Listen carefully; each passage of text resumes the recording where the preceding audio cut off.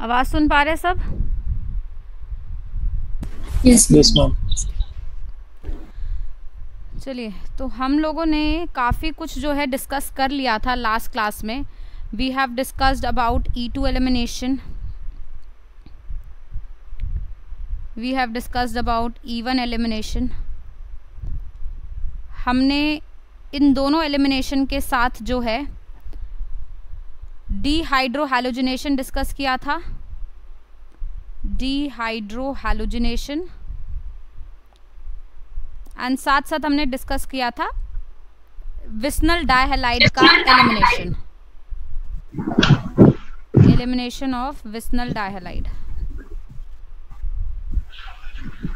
Right. कब E2 होना है, कब E1 होना है, इसके ऊपर भी हम लोगों ने कुछ कुछ चीज़ें समझ ली थी कि कब E2 करेंगे हम लोग और कब E1 करेंगे. राइट. अब हम लोग आज जो डिस्कस करने वाले हैं वो है अबाउट E1 CB एलिमिनेशन, या फिर हम लोग डिस्कस करेंगे बाकी जो तरीके के एलिमिनेशन है जो हमने पिछली बार डिस्कस नहीं करे थे. राइट. चलिए, सबसे पहली चीज़ आप लोगों ने E2 एंड E1 में एलिमिनेशन में एक चीज़ नोटिस करी थी, वो थी सेटजेफ रूल. राइट. सेटजेफ रूल कब होता था? सेटजेफ रूल क्या होता था? सबसे पहली बात, जिसमें हम लोग कहते थे more stable alkene is always the major product. Alkene is major product. यही होता था बेटा. ये बात सबको क्लियर है? किसी को डाउट तो नहीं है ना? तो अगर सपोज सेटजेफ की जगह एक और रूल हम लोग लेकर आएंगे, वो है हॉफमैन रूल या हॉफमैन एलिमिनेशन की बात करेंगे. जैसे आपका मार्कोनिकॉफ और एंटी मार्कोनिकॉफ था, वैसे आपका एक सेटजेफ और एक हॉफमैन होगा. और हॉफमैन में आप नोटिस करेंगे, देखिए क्या होगा, less stable alkene major product बनेगा, will be the major product. सबसे पहले इंट्रोड्यूस करते हैं कि हॉफमैन एलिमिनेशन कब हो सकता है. तो एग्जाम्पल्स लेते हैं हॉफमैन एलिमिनेशन के. देखिए, लेट्स से मेरे पास ये एल्कीन है, ये एक एल्काइल हैलाइड है मेरे पास, और इसको मैंने दो तरीके के बेस से ट्रीट किया. एक मैंने लिया बेटा अल्कोहलिक KOH, और एक बेटा मैंने लिया है टर्शरी ब्यूटॉक्साइड. नाउ आप लोगों को ये पता है कि चाहे आप अल्कोहलिक KOH ले रहे हैं, चाहे आप टर्शरी ब्यूटॉक्साइड ले रहे हैं, तो ये दोनों ही बेसिस. राइट. लेकिन आप नोटिस करेंगे, जब मैं अल्कोहलिक KOH ले रही हूं तो मेरा मेजर प्रोडक्ट बन रहा है ये, this is my major product.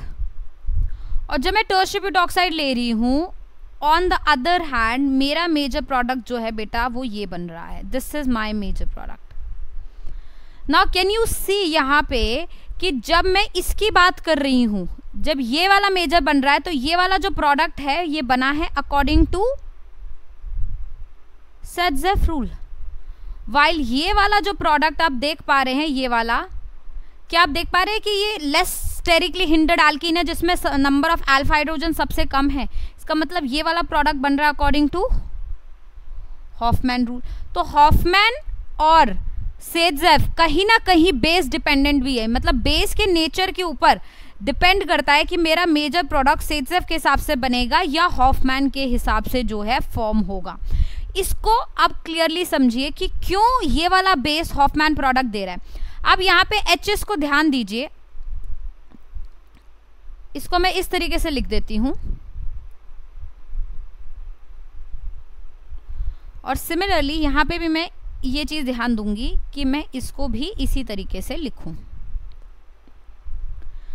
अब इन दोनों H में फ़र्क क्या है बेटा? ये वाला H जो है वो अंदर की तरफ प्रेजेंट है, और ये वाला H जो है ये बाहर की तरफ प्रेजेंट है ना. जब मैं बल्कि बेस यूज़ कर रही हूँ, क्योंकि ये वाला बेस क्या है बेटा? बल्कि.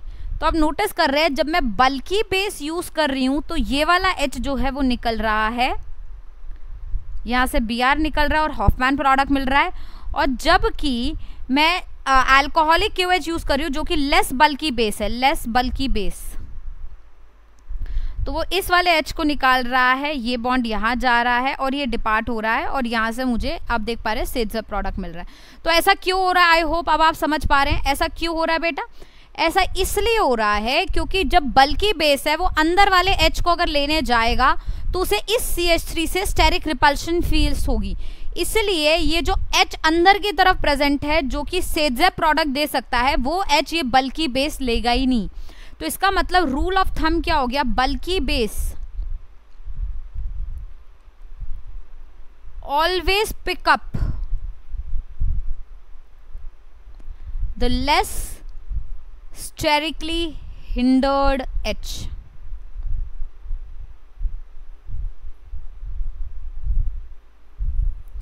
वो हमेशा लेस स्टेरिकली हिंडर्ड हाइड्रोजन लेगा, hence the product will be according to Hoffman rule।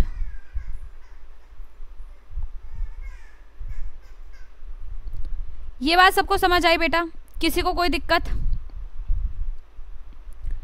तो ये आपका हॉफमैन का एग्जाम्पल नंबर 1 है जिसमें नेचर ऑफ बेस जो है डिफाइन कर रहा है कि मेरा हॉफमैन रूल होगा या फिर सेडजेफ रूल होगा। ये बात क्लियर होगी सबको? चलिए यस मैम। अब जरा ध्यान दीजिएगा इस सेकंड केस की तरफ, ये काफी इंपॉर्टेंट केस है, बहुत ध्यान दीजिएगा। लेट्स से मेरे पास ये एल्कीन है और मैंने यहाँ पे एक अच्छा बेस यूज करा है, लेट्स से NaNH2 या फिर ब्यूटाइल लिथियम, कोई एक अच्छा बेस यूज किया है। अब कितने बच्चे कह रहे हैं कि मैम यहाँ एलिमिनेशन ही नहीं होगा, there should not be any elimination और देयर शुड बी एलिमिनेशन। पहला क्वेश्चन तो ये है, या एलिमिनेशन होगा या नहीं होगा?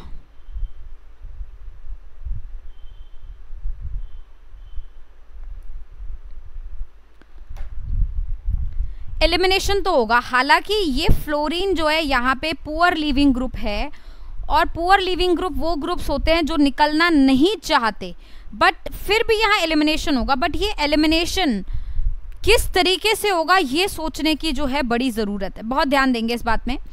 जब मैं किसी भी रिएक्शन का मैकेनिज्म डिसाइड करती हूँ तो मेरे को तो अभी तक 2 ही मैकेनिज्म पता है बेटा, एक E1 और एक E2 है ना। ये बात तो आप समझो, यहाँ पे बिल्कुल वैसा जैसा E1 मैंने आपको समझाया या जैसा E2 मैंने आपको समझाया वैसा तो काम नहीं होने वाला। क्यों?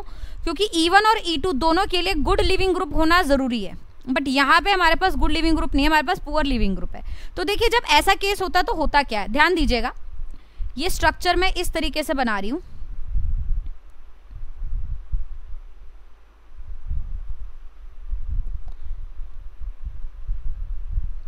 अब आपकी नॉलेज में आपके पास 2 एलिमिनेशन रिएक्शन है बेटा, एक E2 जो कि 1 स्टेप है और एक है E1 जो कि 2 स्टेप है।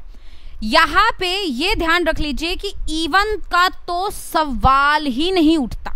क्यों? क्योंकि अगर E1 कराना है तो उसमें हैलोजन का बॉन्ड पहले टूटेगा, कार्बोकटाइन बनेगा और यही रिएक्शन का RDS स्टेप होगा।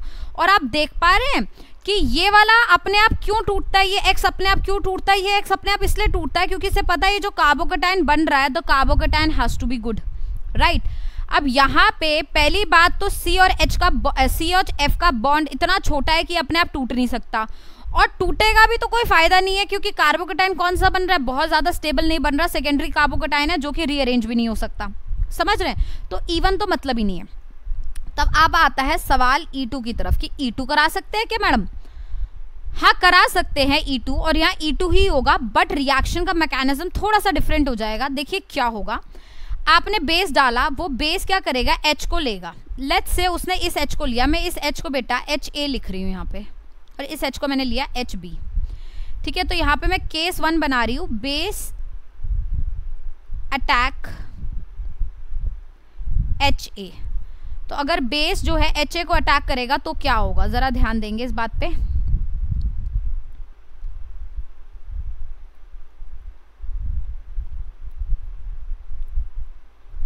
आपके बेस ने इस HA को अटैक किया, ये देखिए ये बेस आया, ये H को खींचना चाह रहा है। जब ये H को खींचेगा बेटा तो H और कार्बन का बॉन्ड जो है वो टूटेगा, ये वाला बॉन्ड अब ब्रेक करने लगेगा, तो ये बॉन्ड देखिए यहाँ पे ऐसे हो जाएगा। तो वैसे आप हमेशा यह ध्यान रखते हैं कि H जैसे निकलता है बॉन्ड नीचे गिरता है वैसे ही फ्लोरीन निकलता है, और ये कंसर्टेड होता है। कंसर्टेड का मतलब क्या, साथ साथ। जैसे जैसे H का बॉन्ड कार्बन से टूटता जाएगा वैसे वैसे कार्बन और कार्बन का बॉन्ड बनता जाएगा, वैसे वैसे कार्बन और लिविंग ग्रुप का बॉन्ड टूटता जाएगा। लेकिन यहाँ पर ऐसा कुछ नहीं होगा। क्यों? क्योंकि अगर ये H गिरा तो फ्लोरीन निकलना चाहेगा, और fluorine being a poor leaving group has a very less tendency to depart. तो ये तो डिपार्ट करना नहीं चाह रहा, बट बेस ने तो H खींच लिया है। तो बेस जब H प्लस खींचेगा तो ये बॉन्ड नीचे ना गिरकर इसी के ऊपर रह जाएगा, और इस कार्बन के ऊपर अब क्या अकोमोडेट हो जाएगा, डेल नेगेटिव चार्ज। तो ये जो ट्रांजिशन स्टेट बनेगी बेटा, इस ट्रांजिशन स्टेट को बोला जाता है anionic like transition state.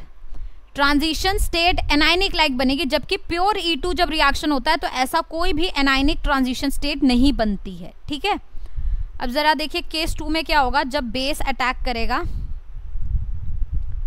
HB को, तो अगर बेस ने HB को अटैक करा तो देखिए क्या होगा, कैसी ट्रांजिशन स्टेट यहां बनेगी। इसका बॉन्ड ये HB और इसका बॉन्ड बन रहा है बेटा बेस के साथ। अब आएगा डेल नेगेटिव चार्ज यहाँ पे, यहाँ पर है CHF CH2HA, right, we got this. Now अब ये दो ट्रांजिशन स्टेट आपके पास है बेटा, आप बताइए इन दोनों ट्रांजिशन स्टेट में ये ज़्यादा अच्छी ट्रांजिशन स्टेट है या ये वाली ज़्यादा अच्छी ट्रांजिशन स्टेट है? ये आप लोगों को चेक करना है। कौन सी ट्रांजिशन स्टेट आपको लग रहा है ज़्यादा बेटर है?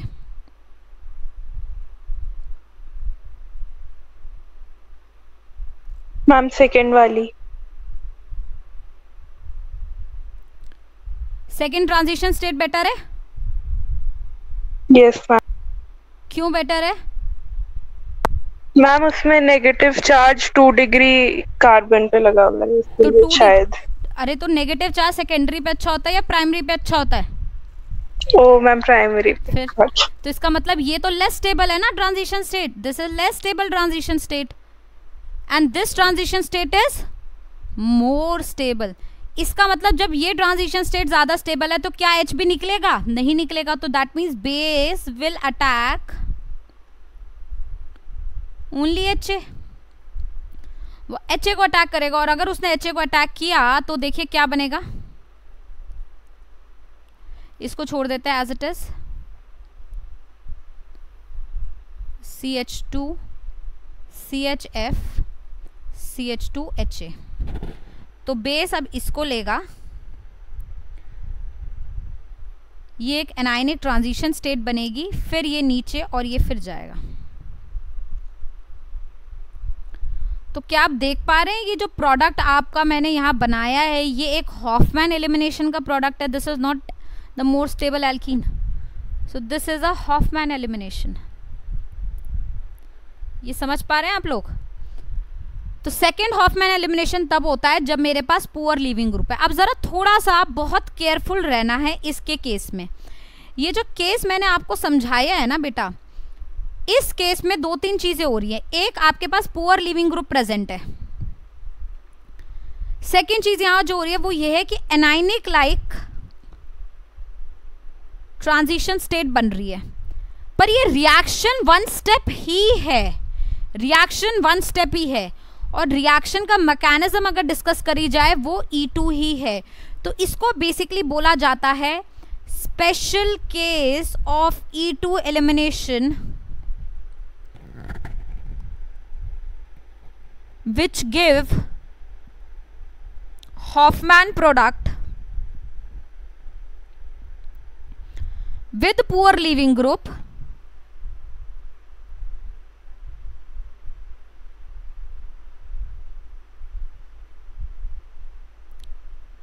and it forms via anionic like transition state. अब ये बात कितनों को समझ आ गई कि यहाँ हॉफमैन प्रोडक्ट क्यों हो रहा है और यहाँ पे एलिमिनेशन का मैकेनिज्म E2 क्यों है? बताइए, समझ आई है बात? Yes ma'am. तो मैकेनिज्म E2 ही है, पर ये E2 जैसा नहीं है। E2 ट्रांजिशन स्टेट पे कभी भी नेगेटिव चार्ज ट्रांजिशन स्टेट में नहीं आता है, बट यहाँ आ रहा है। तो ये एक E2 का कह लीजिए फर्दर एक्सटेंशन है। This is an extension to a E2 elimination. बात क्लियर? लेकिन ये सिर्फ तभी होता है जब आप जो है पुअर लिविंग ग्रुप वाला लेके चले। तो पुअर लिविंग ग्रुप के साथ हॉफमैन एलिमिनेशन हो सकता है, ये जो हमने केस स्टडी किया।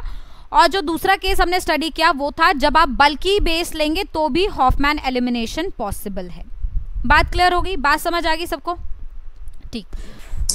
तो ये दो केस हो गए बेटा हॉफमैन एलिमिनेशन के। अब मैं एक आपको डिफरेंट तरीके का एलिमिनेशन रिएक्शन सिखा रही हूँ, जो कि होता है E1CB एलिमिनेशन। और आप देखिएगा ये काफी इंपॉर्टेंट है आपके लिए।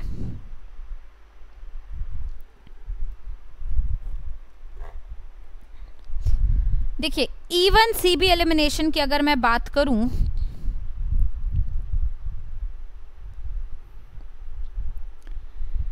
ये होता है एलिमिनेशन वाया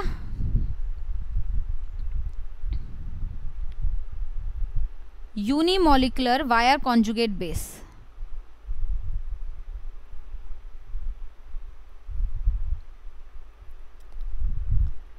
ये एक 2 स्टेप प्रोसेस है।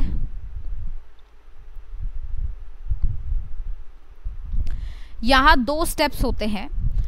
अब 2 स्टेप्स क्या है जरा ध्यान देंगे।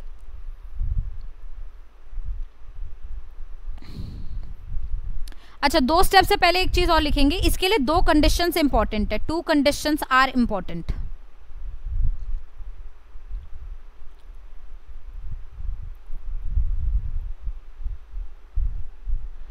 First, presence of acidic hydrogen, और second, presence of poor leaving group. अगर दोनों में से एक भी कंडीशन फुलफिल नहीं होगी तो ये मैकेनिज्म नहीं होगा। ये मैकेनिज्म सिर्फ तभी होगा जब ये both conditions are fulfilled, both are important conditions, दोनों ही फुलफिल होनी चाहिए। अब जरा इस एग्जाम्पल को देखिएगा जो मैं यहां लिख रही हूं।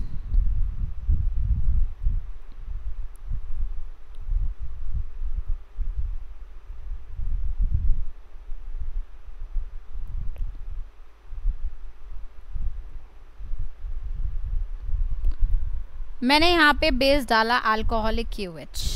अब बताइए क्या होगा। सबसे पहले चीज आप यहाँ देख पा रहे हैं कि 2 कंडीशंस कैसे फुलफिल हो रही है। आप देख पा रहे हैं यहाँ पे पुअर लिविंग ग्रुप है, fluorine is a poor leaving group. दूसरी चीज, आपको एसिडिक हाइड्रोजन चाहिए था, तो अगर आप इस वाले को पुअर लिविंग ग्रुप मान रहे हैं तो इसके बगल वाले कार्बन पे जो हाइड्रोजन है ये क्या है बेटा? मेरी एसिडिक हाइड्रोजन है ना। या फिर अगर आप इसको पुअर लिविंग ग्रुप मान रहे हैं तो ये वाली कार्बन मेरे, ये वाला हाइड्रोजन मेरा क्या हो जाएगा बेटा? Acidic hydrogen. तो यहाँ पे मेरे पास एसिडिक हाइड्रोजन भी। आई होप यू अंडरस्टैंड कि एसिडिक क्यों है, क्योंकि यहाँ पे दोनों का स्ट्रॉन्ग -I लग रहा होगा, है ना। तो एसिडिक हाइड्रोजन भी है मेरे पास और पुअर लिविंग ग्रुप भी है। तो अब E1CB होगा। अब E1CB कैसे होता है? स्टेप 1 में एसिडिक हाइड्रोजन निकाली जाती है।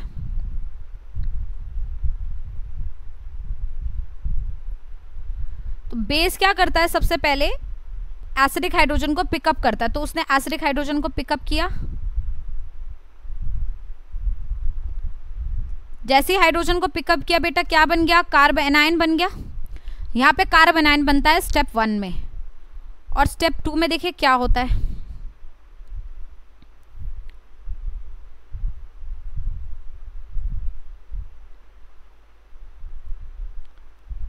ये कार्बन आयन अब नीचे गिरता है और ये पुअर लिविंग ग्रुप निकल रहा है।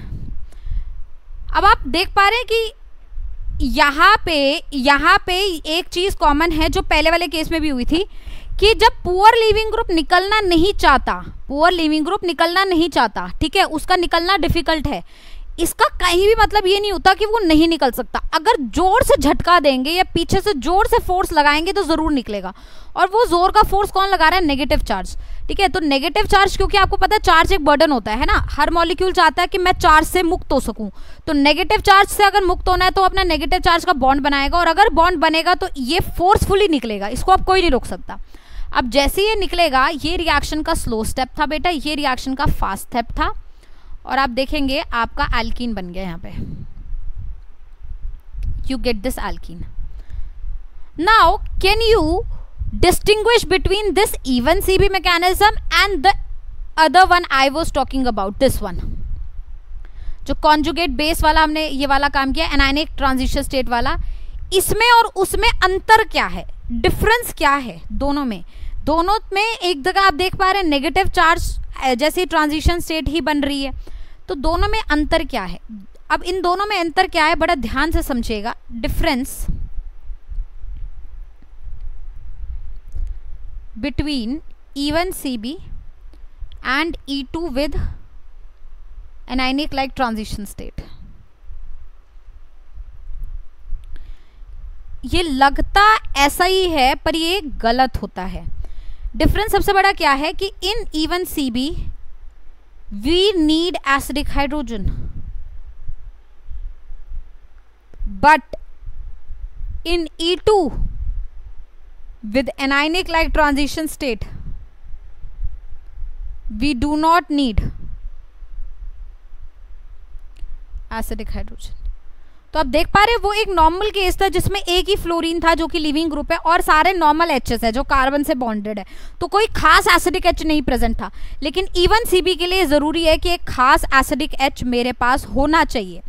ठीक, even CB, in even CB complete carbon ion is formed,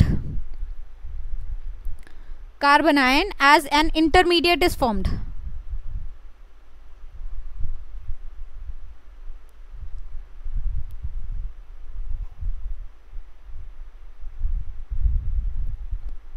but in E2 with anionic transition state no intermediate is formed. वहां कोई इंटरमीडिएट नहीं बना है, वो ट्रांजिशन स्टेट में ही डेल पॉजिटिव चार्ज आ गया है। तो E2 वाला 1 स्टेप प्रोसेस है, जबकि E1 CB बेटा मेरा क्या है, 2 स्टेप प्रोसेस। बोलो बात समझ आ रही है? yes, right. तो इस पॉइंट को काफी ध्यान से आप लोग समझेंगे कि कहाँ पे आप बोलेंगे कि E2 with anionic transition state वाला मैकेनिज्म हो रहा है और कहाँ पे E1 CB हो रहा है। जनरली हम लोग इन्हीं में कंफ्यूज होते हैं, तो ये हमें कंफ्यूज नहीं होना। क्लियर? तो अब जरा बताइए,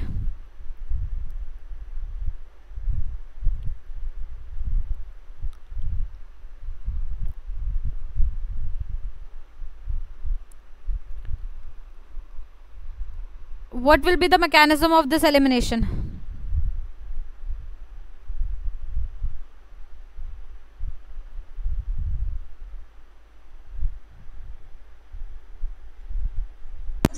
even CB.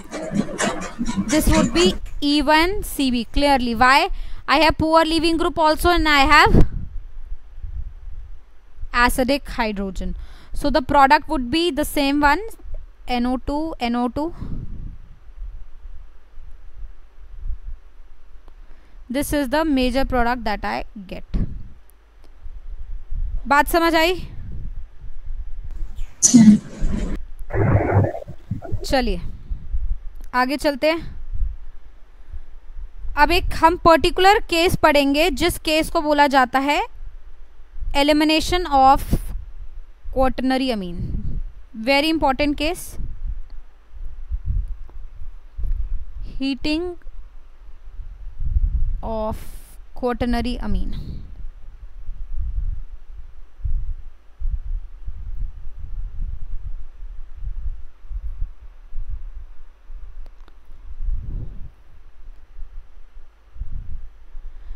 सबसे पहली बात, क्वाटरनरी अमीन क्या होता है?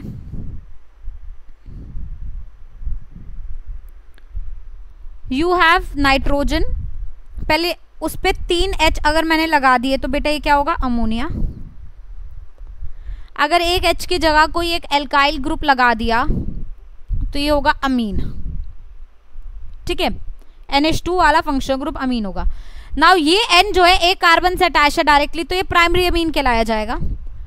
अगर नाइट्रोजन 2 कार्बन से डायरेक्टली अटैच हो तो ये सेकेंडरी अमीन कहलाया जाएगा।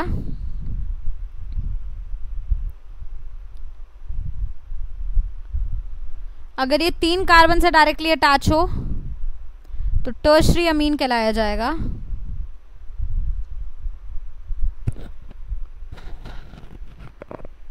और अगर 4 कार्बन से डायरेक्टली अटैच हो तो इस नाइट्रोजन पे पॉजिटिव चार्ज आ जाएगा और ये वाला होगा क्वाटरनरी अमीन। और this is my quaternary amine.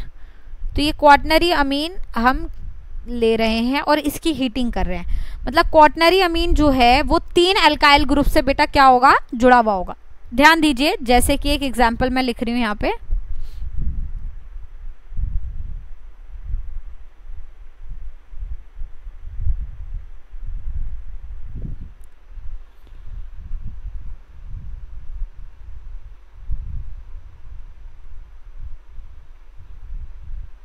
This is a quaternary अमीन, ठीक है। इस क्वाटरनरी अमीन को जब हम हीट करते हैं, या तो आप हीट कर दीजिए या फिर आप सिंपल कोई बेस भी डाल सकते हैं इसके अंदर। लेट्स से एक सिंपल सा बेस मैंने डाल दिया, अल्कोहलिक KOH या OH माइनस, कोई एक नॉर्मल बेस आप डाल सकते हैं।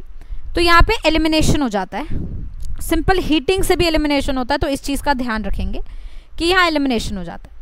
अब एलिमिनेशन कैसे होता है, ज़रा बहुत ध्यान से सुननी है मेरी बात, बहुत ही ज़्यादा ध्यान से। और एलिमिनेशन में यहाँ पे लीविंग ग्रुप क्या है वो सारी चीज़ें हम लोग ध्यान देंगे। देखिए यहाँ पे लीविंग ग्रुप जो होता है वो NH3 या NR3 टाइप होगा कोई लीविंग ग्रुप। कैसे, अगर आप इस नाइट्रोजन के ऊपर 3 अल्काइल ग्रुप्स यहाँ लगे हुए हैं, सबसे पहला काम आपको क्या करना है, आपको जो है बीटा H पिकअप करना है। तो ये नाइट्रोजन जिस कार्बन से डायरेक्टली अटैच है बेटा वो अल्फा होगा, उसके बगल वाला कार्बन बीटा होगा। जैसे ये अल्फा है, यहाँ कोई बीटा नहीं है, ये अल्फा है और ये क्या है, बीटा। यहाँ अल्फा है, कोई बीटा नहीं है, ये अल्फा है और ये बीटा है और ये गामा है। तो हमें क्या उठाने हैं, सबसे पहले बीटा HS। सबसे पहले बीटा HS प्लग करते हैं। तो एक बीटा H तो यहाँ ये रहा बेटा, जिसको मैं इस प्रकार लिख देती हूँ।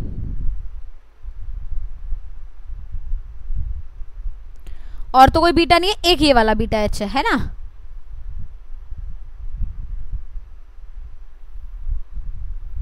इसको भी मैं इस प्रकार लिख देती हूँ। यही 2 बीटा H है मेरे पास, और तो कोई बीटा H है नहीं। और आप लोगों ने अभी तक जो एलिमिनेशन पढ़ी है वो अगर आप लोग ध्यान देंगे तो वो 1-2 एलिमिनेशन और बीटा एलिमिनेशन ही है। तो ये बीटा H ही है मेरे पास। अब आप बेस यूज करते हैं या फिर जब आप हीटिंग यूज करते हैं, ये बीटा H जो है बेटा निकलता है, ठीक है। अब जब ध्यान दीजिएगा, मैं एक जनरल मैकेनिज्म आपको बता रही हूँ कि ये बीटा H यहाँ से निकलता है, ये बॉन्ड यहाँ जाएगा और ये ग्रुप यहाँ से लीव होगा। बट आप देख पा रहे हैं कि लीव कौन सा ग्रुप हो रहा है, ये nitrogen with the 3R groups, ये लीव हो रहा है। अब सबसे पहला काम मुझे बताना है बेटा, ये लीविंग ग्रुप अच्छा है या बुरा है। क्या आप ये जानते हैं NR3 एक गुड बेस होगा, NR3 tertiary Amin would be a good base, हाँ या ना। ये बात तो सबको समझ आ रही है, ये एक अच्छा बेस होगा। हम लोगों को पता है better leaving group is always weak base.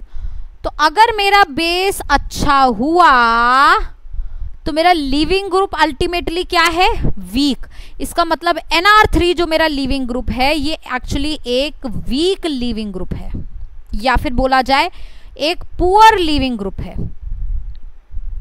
और अगर ये पुअर लीविंग ग्रुप है तो ये मैकेनिज्म कैसा होना चाहिए बेटा, ये मैकेनिज्म होना चाहिए E2 elimination with anionic like transition state.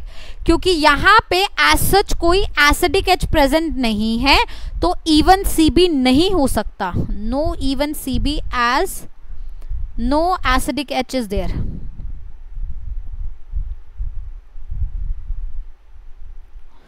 तो reaction mechanism would be E2 with anionic transition state.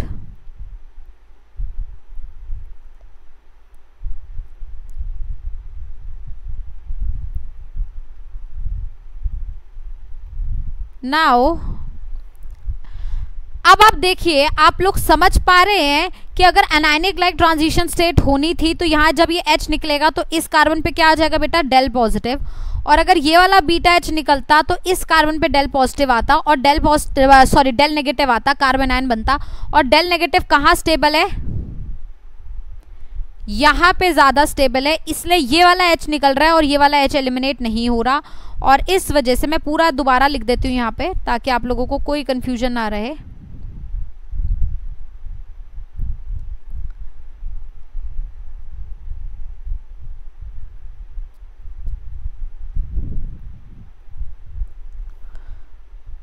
यहाँ पे ये वाला बीटा H जो है वो निकाला जाएगा,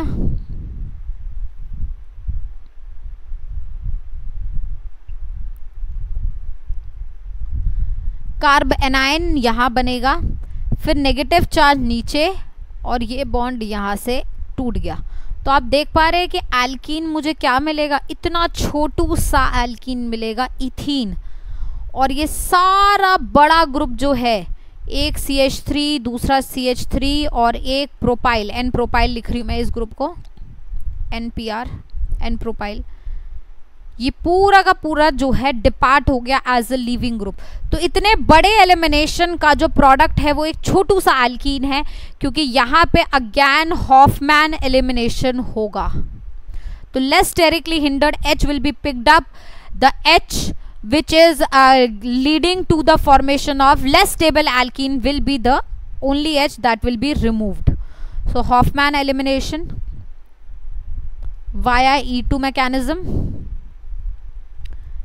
less sterically hindered H और less sterically hindered alkene is picked up. बात सबको क्लियर हुई? Yes.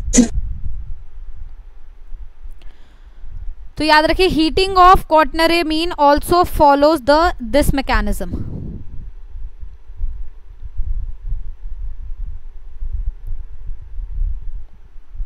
राइट? तो अब जरा एक क्वेश्चन करते हैं बहुत ही बेहतर तरीके से। सबने नोट कर लिया वो ऊपर वाला ना?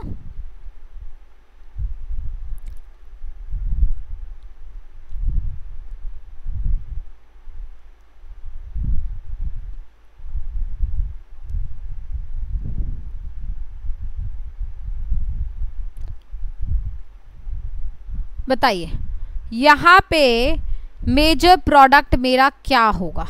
ध्यान देंगे थोड़ा सा, 2 मिनट लेके अपने आप ड्रॉ करो।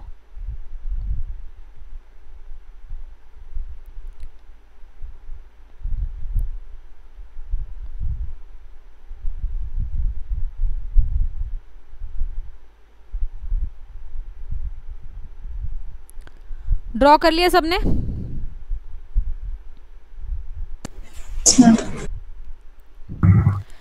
अब सबसे इंपॉर्टेंट चीज, आपको ये तो पता चल रहा है कि भाई ये हीटिंग ऑफ क्वाटरनरी अमीन है ना?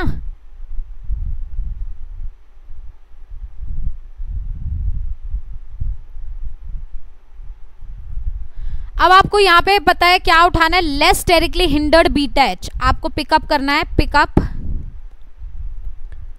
Less sterically hindered beta H।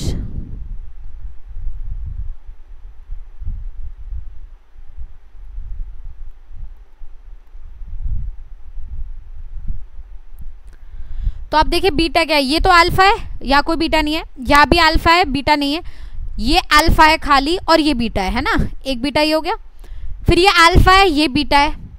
But क्या आप देख पा रहे हैं कि ये अल्फा है तो ये भी बीटा है ना?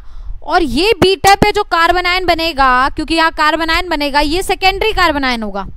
इस बीटा पे भी जो कार्बन आयन बनेगा वो सेकेंडरी कार्बन आयन होगा, बट इस बीटा पे जो कार्बन आयन बनेगा वो क्या होगा? Primary carbon ion. तो कौन सा कार्बन आयन बनेगा बेटा? प्राइमरी वाला। इसका मतलब ध्यान दीजिएगा, कि ये वाला H पिक्ड अप होगा, ये बॉन्ड इधर और ये यहां से टूटेगा। सो देखिए मेजर प्रोडक्ट क्या होगा आपका?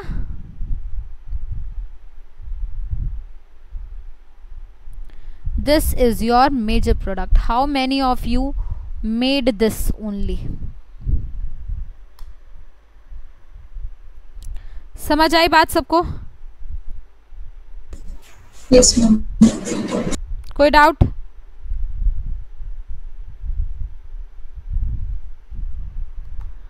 ऑल राइट, अब जरा थोड़ा सा कॉम्प्लेक्स कर रही हूं मैं इसी चीज को।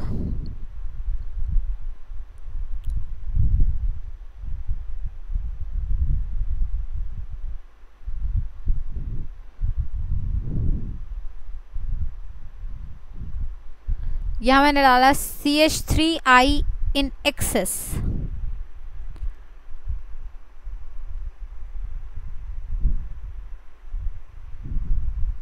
I have to form B। पहले आप लोग क्वेश्चन लिखिए और दिमाग में सोचिए क्या होगा, फिर बताते हैं।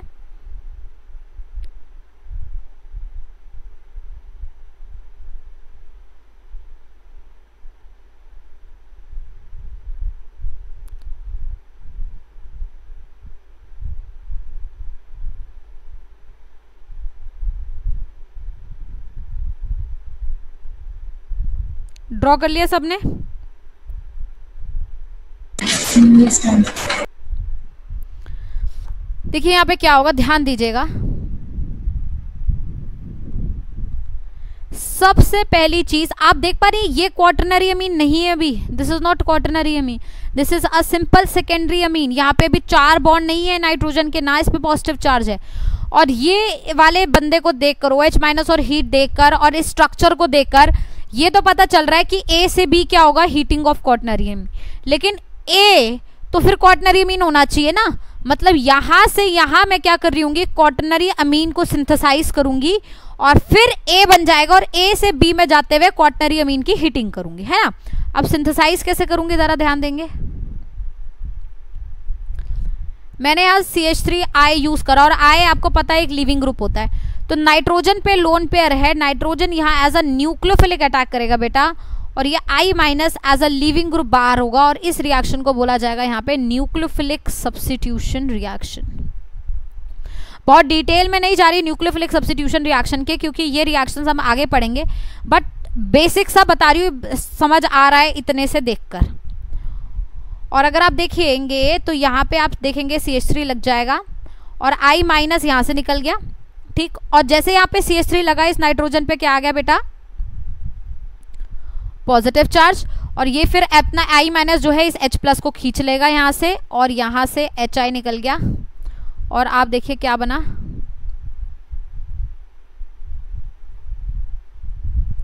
और टर्शरी अमीन, बट अभी भी क्वाटरनरी अमीन नहीं बना है। बट आप देख पा रहे हैं कि मैंने एक्सेस में लिया है, तो दोबारा से यहाँ पे जो है सेम प्रोसेस होगा, फिर से नाइट्रोजन के लोन पे CH3 पे अटैक करेंगे, I- यहाँ से डिपार्ट होगा, और जैसे ये डिपार्ट होगा क्या आप देख पा रहे हैं, अब नाइट्रोजन पे पॉजिटिव आ जाएगा और यहाँ पे 2 मिथाइल लग जाएंगे। और अब ये बंदा मेरा क्या बना है बेटा, quaternary amine, right. So this is what is my A is. How many of you have understood कि A कैसे बनाना है? Yes, ma'am. बात क्लियर हुई? अब जरा A बन गया है तो आगे क्या करेंगे वो देखना है ना। अब देखिए जरा,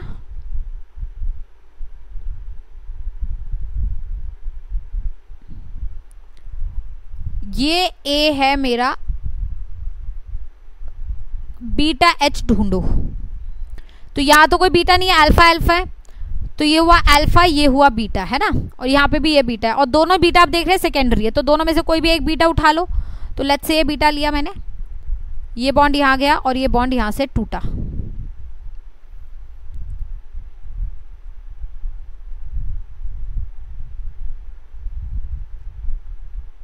बन गया ये। But how many of you think कि this is the final product B? क्या यही है फाइनल प्रोडक्ट बी, या आगे भी कुछ हो सकता है?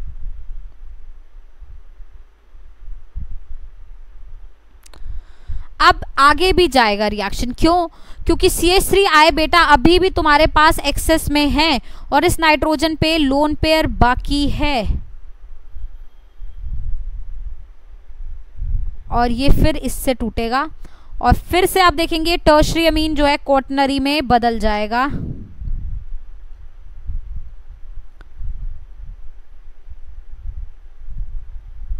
और अब इसके पास सिर्फ यही वाला बीटा एच रह जाएगा, और चाहे बेस प्रेजेंट हो ना हो, हीटिंग तो आप कर ही रहे हो, तो दोबारा एलिमिनेशन हो जाएगी।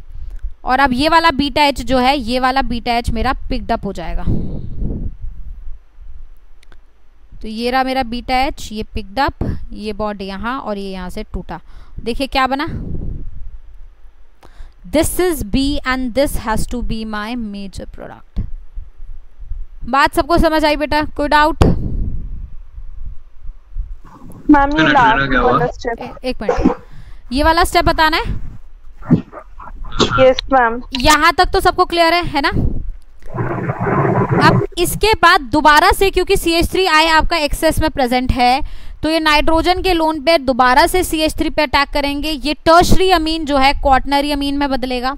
जो ये वाले 2 बीटा एच थे, एक बीटा एच तो पहले निकल गया था, ये वाला बीटा एच तो बचा हुआ है यहाँ पे। और हीटिंग आप कर रहे हो, हीटिंग तो कोई एक्सेस और वो नहीं होती ना, हीटिंग तो टेम्परेचर रेगुलेटेड है। आपने हाई टेम्परेचर दिया है तो रिएक्शन तो होगा, तो हीटिंग ही प्रेजेंट है, तो उतने में ही बीटा एच निकल जाएगा, बीटा एच का बॉन्ड जाएगा और ये पूरा का पूरा ग्रुप यहाँ से बाहर निकल जाएगा और यहाँ पे डबल बॉन्ड आ जाएगा and you will get this. मतलब यहाँ पे अगर मैं आपसे पूछूं हाउ मेनी टाइम्स, जेई वाले बच्चे काफी ध्यान देंगे कि ऐसा क्वेश्चन आपसे इंटीजर टाइप में आता है, how many times nucleophilic substitution हुआ है and how many times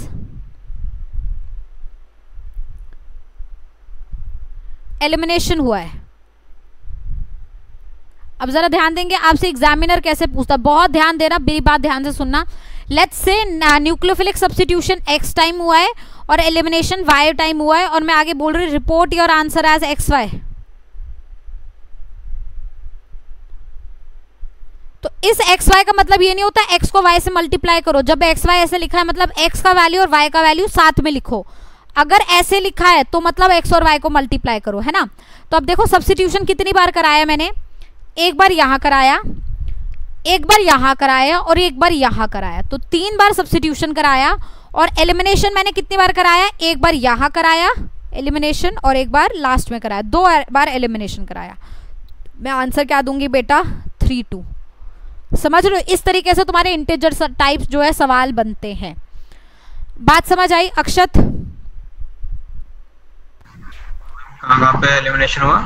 2 bar elimination हुआ है, एक बार स्टार्टिंग में जब बीटा एच लिया ताकि ये डबल बॉन्ड बने, और एक बार ये वाला एलिमिनेशन हुआ यहाँ से यहाँ वाला। ठीक है, लावण्या को समझ आया? यस। प्रतीक, अस्मी, चलिए बात क्लियर हो गई। तो इस तरीके से आपके पास जो है क्वेश्चंस आ सकते हैं। क्वाटनरी अमीन बहुत इंपॉर्टेंट है, कहाँ E2 हो रहा है, E2 विद एनायनिक्स वो हो रहा है, इवन CB हो रहा है। ये मैकेनिज्म्स आपको बहुत ज़्यादा केयरफुली जो है ध्यान रखने हैं। बात क्लियर? चलिए, तो हमने E1 CB भी पढ़ लिया, हमने E2 भी पढ़ लिया, हमने E1 भी पढ़ लिया। अब हम लोग एक और नए एलिमिनेशन की तरफ जा रहे हैं बेटा, वो है EI elimination. This is known as internal elimination.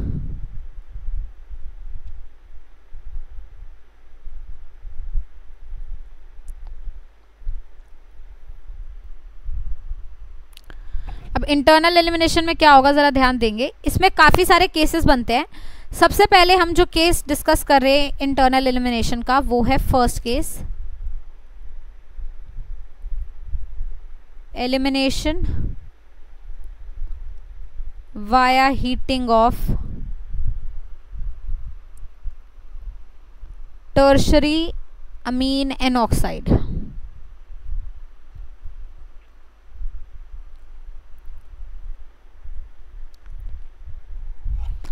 अब टर्शरी अमीन एन ऑक्साइड का हीटिंग कैसा होता है? Tertiary amine N oxide, tertiary amine तो समझ आ रहा है, N attach to 3 alkyl groups, this would be tertiary amine. तो मैं एक टर्शरी अमीन बना देती हूँ बेटा यहाँ पे।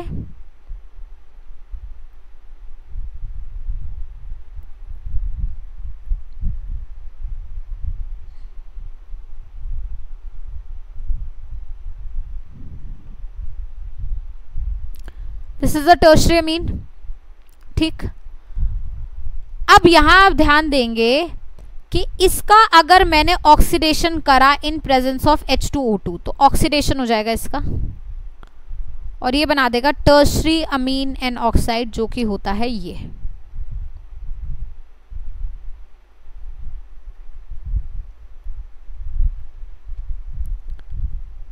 This is known as tertiary amine N oxide.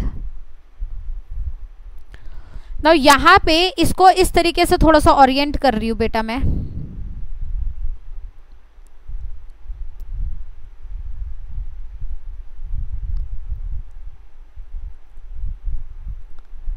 यहाँ इथाइल ग्रुप है, यहाँ एसिटस मिथाइल है, और ये O- है। ये टर्शियमीन एन ऑक्साइड एग्जैक्टली सेम है, बस थोड़ा सा अलग तरीके से मैंने रिप्रेजेंट कर दिया। अब देखिए यहाँ पे इंटरनली अंदर ही अंदर कोई बेस डालने की जरूरत नहीं है, कुछ नहीं है। ये O- बेसिक, और ये आप देख पा रहे हैं ये H, ये दोनों एक दूसरे का इंटरनल एलिमिनेशन कराएंगे। O- इस H+ को इंटरनली अट्रैक्ट करेगा, ये बॉन्ड यहाँ से यहाँ टूटेगा बेटा, और ये लोन पेयर इस बॉन्ड इस नाइट्रोजन की तरफ गया, और देखिए क्या बना, इस नाइट्रोजन का पॉजिटिव चार्ज एलिमिनेट हो गया, खत्म हो गया, ET आ गया, ये बॉन्ड टूट चुका है। यहाँ देखिए क्या हो गया, O पर आ गया है बेटा क्या, H, और साथ में आप नोटिस करेंगे यहाँ क्या बन गया है, एल्कीन, राइट।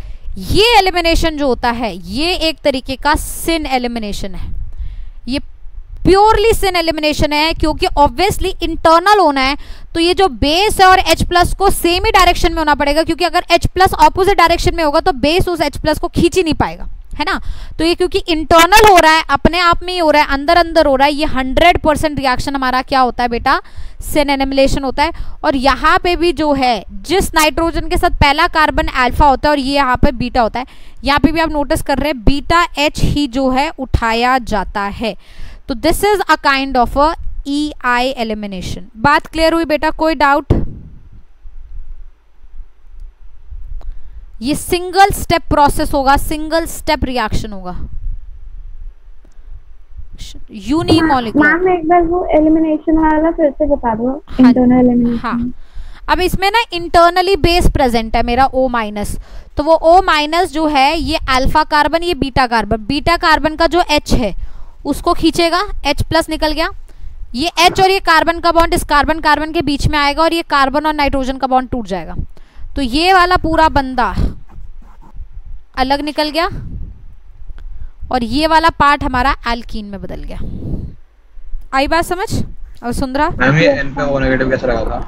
ये ऑक्सीजन ऑक्साइड करके आया ना, ये आया ना ऑक्साइड करके ये बनता है। अब नाइट्रोजन 4 बॉन्ड तो बना नहीं सकता, तो डबल बॉन्ड O तो लग नहीं सकता यहाँ पे, है ना। 5 बॉन्ड तो बना नहीं सकता नाइट्रोजन, 4 ही बनाता है, इसलिए यहाँ पे फॉर्मल चार्जेस दिखाते हैं ऐसे। ऑक्सीडेशन से आया है H2O2 लगा के। बात क्लियर? कोई डाउट? हाँ जी, ये N पे पॉजिटिव चार्ज कैसा है फिर जब वो 4 बॉन्ड है ना, नाइट्रोजन पे 4 बॉन्ड बनाएगा तो नाइट्रोजन पे फॉर्मल चार्ज आ जाएगा ना पॉजिटिव का, क्योंकि इसका लोन पेयर यूज हो गया। नहीं समझा? नहीं। अरे नाइट्रोजन पे 4 बॉन्ड लगाता तो पॉजिटिव चार्ज नहीं आता, NH4+ टाइप। हम वो तो H+ लगता है तो होता है ना। हाँ H+ लगता है, तो यहाँ पे ये हुआ है ना, ये ऐसे समझ, तेरे यहाँ पे ये ग्रुप्स थे, इस पे ये लोन पेयर था, ठीक है। मैंने जब इसका सॉरी लोन पेयर था, इसका जब ऑक्सीडेशन कराया तो यहाँ डबल बॉन्ड O लगना था, ऑक्साइड बनेगा ना नाइट्रोजन का, जैसे NO2 होता है तो डबल बॉन्ड O नहीं लगता, तो डबल बॉन्ड O लग नहीं सकता यहाँ पे, तो मैं एक तरीके से कोऑर्डिनेट बॉन्ड बना दूंगी O के साथ, जैसे NO2 में नहीं होता डबल बॉन्ड O और एक coordinate bond O, yes ma'am, है ना। तो कोऑर्डिनेट बॉन्ड बनाऊंगी, कोऑर्डिनेट बॉन्ड को अगर तुम तोड़ोगे तो ऐसे नहीं लगाते चार्जेस। हम वो तो जब कोऑर्डिनेट बॉन्ड को ब्रेक करेंगे तब। हाँ, तो फॉर्मल चार्जेस डेवलप होते हैं ना। इतना भी नहीं पता तुझे क्या? नहीं वो तो ठीक है, पर हाँ तो वो तो ठीक है, तो पर क्या?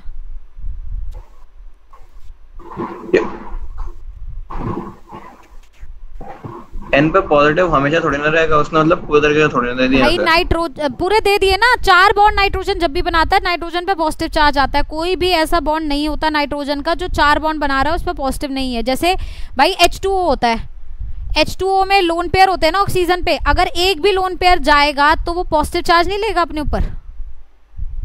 तो इसका लोन पेयर कोऑर्डिनेट में पूरा थोड़ी ना दे देता है, वो तो शेयरिंग होती है ना। शेयरिंग होती है पर दोनों इलेक्ट्रॉन्स ये देता है ना, नाइट्रोजन देता है ना, एक बंदा देता है ना दोनों इलेक्ट्रॉन।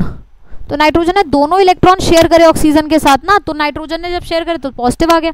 अगर पूरा दे रहा होता तो भाई मैं बॉन्ड बनाती, क्या मैंने बॉन्ड बनाया इसका मतलब शेयरिंग तो हो ही रही है ऑब्वियसली, नहीं तो मैं ऐसे नहीं लिख देती इसे। ये थोड़ी मैंने बॉन्ड बनाया इसके बीच में, मतलब शेयरिंग हो रही है। ये फॉर्मल चार्जेस हैं।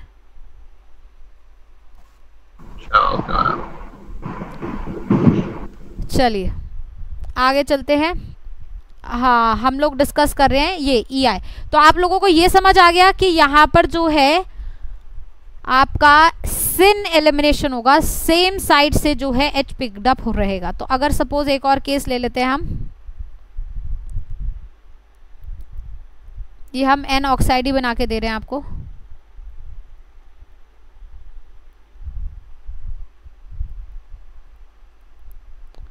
तो अब देखिए बीटा H आपका कौन सा है, ये वाला बीटा H है।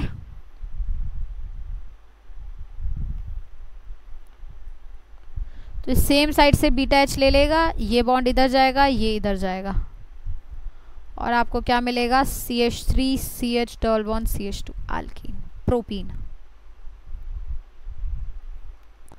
क्लियर? Yes, ma'am. चलिए अब नेक्स्ट तरीके का रिएक्शन हम लोग डिस्कस करने वाले हैं, जो कि है हमारा, this was first that is heating of nitrogen amine oxide, and the second one that we are discussing is Chugaev elimination.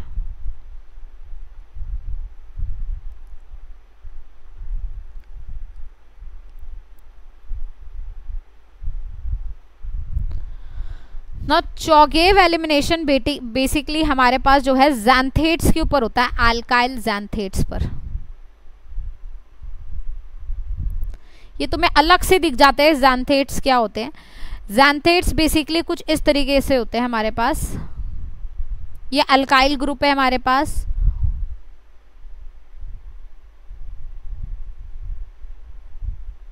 This group is known as xanthate. ये वाला ग्रुप, ये ग्रुप अगर प्रेजेंट है तो ये ज़ैंथेड है।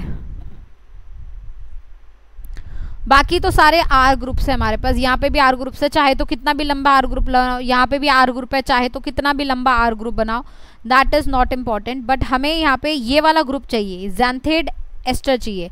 ठीक है, वैसे आप जानते हैं एस्टर क्या होता है, ये ज़ैंथेड एस्टर्स ही होते हैं। एस्टर्स होता है देखो R C double bond O R dash, यही होता है। ये देखिए ऐसे ही, ये R, इसको आप R डैश ले लीजिए, ये वाले पोर्शन को R डैश O। बस यहाँ पे ये वाली जो चीज़ है ना, ये वाली चीज़ हमारी चेंज हो जाती है, यहाँ पे हमारा SR हो जाता है। तो हमारे ज़ैंथेड जो होते हैं वो ज़ैंथेड एस्टर्स टाइप होते हैं, जिसको अगर हम लिखेंगे तो इनका जनरल फॉर्मूला कैसा होगा हमारे पास, SR SOR dash, somewhat like this. These are my xanthate esters. तो चौगेव is a name reaction which is done only for xanthate esters. तो आपको बस ये पता होना चाहिए, अगर आपको ये दिख रहा है, ऐसा कोई ग्रुप दिख रहा है, मतलब ये चौगेव एलिमिनेशन है, राइट। अब यहाँ पे भी सिन एलिमिनेशन होता है, देखिए कैसे।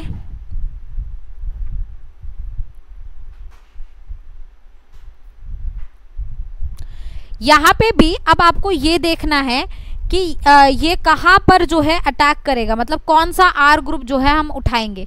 तो beta H with respect to the O के साथ जो बीटा लगा हुआ है उसको लेना है।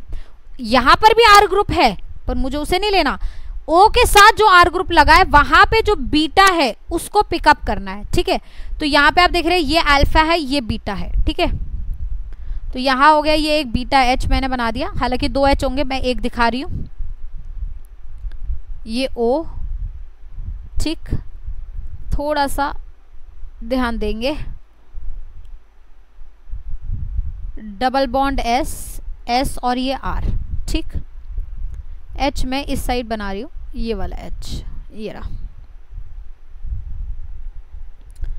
ठीक, तो यहाँ देखिए क्या होगा, ये डबल बॉन्डेड सल्फर जो है ये पाई बॉन्ड पोलराइज होगा, सल्फर पे नेगेटिव चार्ज आएगा, ये H+ को जो है अपनी तरफ खींचेगी, इसका बॉन्ड यहाँ जाएगा और ये बॉन्ड उठ के यहाँ जाएगा, तभी ये बॉन्ड जो है टूटेगा। ध्यान से समझिएगा, अभी समझ आ जाएगा आपको। आप ये ट्रांजिशन स्टेट देखिए मैं कैसे बना रही हूँ, बड़ा ध्यान देंगे इस चीज़ पर। मैं इसे 1 बोल रही हूँ, इसे 2 बोल रही हूँ, इसे 3 बोल रही हूँ, इसे 4 बोल रही हूँ, इससे 5 बोल रही हूँ, इससे 6 बोल रही हूँ। क्या आप देख पा रहे हैं एक 6 मेंबर ट्रांजिशन स्टेट यहाँ बन रही है? देखिए कैसे, ये ऑक्सीजन यहाँ है, carbon, double bond sulphur, sulphur attract कर रहा है हमारे H को, H अटैच्ड है हमारा कार्बन से, ये कार्बन आगे एक मिथाइल से जुड़ा हुआ है, फिर ये हमारा देखिए ये हमारा 6 नंबर हुआ, ये हमारा 1 नंबर हुआ, ये हमारा 2 नंबर हुआ, ये हमारा 3 नंबर हुआ, ये वाला कार्बन हमारा 4 नंबर हुआ, और 4 के बाद ये 5th कार्बन है जिसके बीच में डबल बॉन्ड कैरेक्टर आ रहा है, ये 5th कार्बन हुआ जिसका बॉन्ड ऑक्सीजन से टूट रहा है। क्या आप देख पा रहे हैं एक 6 मेंबर्ड साइक्लिक ट्रांजिशन स्टेट बन रही है? आप ध्यान से बस इसे देखिए और ना समझ आए तो फिर पूछिए। यहां तक बात समझ आई है? मैम एक बार ये ट्रांजिशन स्टेट वाला एक बार एक्सप्लेन कर दीजिए। हाँ, मैंने कुछ नहीं करा, मैंने एक्चुअली इस सारे पोजीशंस को जो है रीअरेंज कर दिया है ताकि एक साइक्लिक ट्रांजिशन स्टेट मुझे दिखे। आपको ये बॉन्ड्स फॉर्मेशन समझ आई है कि कौन किस पे अटैक कर रहा है, ये सबको समझ आया है? Yes ma'am. ठीक, तो मैंने कुछ नहीं किया, मैंने इस वाले को इस तरीके से ओरिएंट कर दिया। देखिए इसको मैं ऐसे लिख रही हूँ, यहाँ पे ये ऑक्सीजन है, कार्बन, डबल बॉन्ड सल्फर, ये एक सल्फर है, ये ठीक है। ऑक्सीजन इस 5th नंबर कार्बन से जुड़ा है, ये 5th नंबर कार्बन ये 4th नंबर कार्बन से जुड़ा है, 4th कार्बन से जुड़ा है, 4th पे एक मिथाइल है और एक H है यहाँ पे, ये देखिए ये देखिए, ये ट्रांजिशन स्टेट है। H ने इसका, S ने इस H को पकड़ा, इस H का बॉन्ड यहाँ गया, ये बॉन्ड उठ के यहाँ आया और ये पाई बॉन्ड ऐसे ब्रेक किया, और ये मैंने डॉटेड लाइन से आपको यहाँ दिखा दिया। ये वाला बॉन्ड ब्रेक हो रहा है तो इसको भी डॉटेड लाइन से दिखाइए यहाँ पे, ये देखिए ये वाला बॉन्ड भी आपका ब्रेक हो रहा है तो इसको भी आप डॉटेड लाइन से दिखाइए। ये बन रहा है, ये ब्रेक हो रहा है, ये बन रहा है और ये ब्रेक हो रहा है ना, तो मैंने इसको डॉटेड लाइन से दिखा दिया और यहाँ पे ये आपको मूवमेंट नज़र आ जाएगी। तो बस मैंने इसको थोड़ा सा टेढ़ा करके लिख दिया है। आई बात समझ सृष्टि? Yes ma'am. तो आप देख पा रहे हैं कि इस रिएक्शन का, इस चौगेव रिएक्शन का ड्राइविंग फोर्स क्या है, ये क्यों चल रहा है ऐसे? इसका ड्राइविंग फोर्स ये है कि यहाँ पर एक स्टेबल 6 मेंबर्ड ट्रांजिशन स्टेट मुझे मिल रही है, और 6 मेंबर्ड रिंग सबसे ज़्यादा स्टेबल होती है ना। और हमेशा याद रखिए, एक रूल बता रही हूँ केमिस्ट्री का, intramolecular reactions are more favourable than intermolecular, are more favourable than intermolecular. ये हमेशा केमिस्ट्री का रूल है ऑर्गेनिक केमिस्ट्री में कि इंट्रा रिएक्शन जो होंगे वो ज़्यादा फेवरेबल होंगे किससे? इंट्रा से, मतलब इंट्रा ज़्यादा फेवर होंगे इंटर से, मतलब अपने आप में जो रिएक्शंस हो जाए वो ज़्यादा होंगे जब 2 मॉलिक्यूल्स रिएक्ट करें उसके बजाय। तो जब इंटरनली रिएक्शन करवा सकते हो और इंटरनली एक स्टेबल 6 मेंबर ट्रांजिशन स्टेट बन रहा है, यही इस रिएक्शन का हमारा ड्राइविंग फोर्स, और इसी वजह से ये EI रिएक्शंस इतने ज़्यादा पावरफुल होते हैं क्योंकि ये सारे के सारे जो हैं इंट्रामोलिकुलर होते हैं, अंदर अंदर होते हैं। और पता है इंट्रामोलिकुलर अच्छे क्यों होते हैं? ये अच्छे इसलिए होते हैं बेटा क्योंकि यहाँ पे एंट्रोपी वर्क करता है, एंट्रोपी फेवरेबल। एंट्रोपी फेवरेबल कैसे भाई? अब इंट्रा में आप एक ही रिएक्टेंट यूज करोगे और प्रोडक्ट 2 बनाओगे, है ना। जैसे आप यहाँ देखो, आप एक एल्कीन बना देते हो, आप एक एल्कीन बना देते हो और एक आपका लिविंग ग्रुप निकलता है, तो प्रोडक्ट 2 होते हैं पर रिएक्टेंट 1 होता है ना।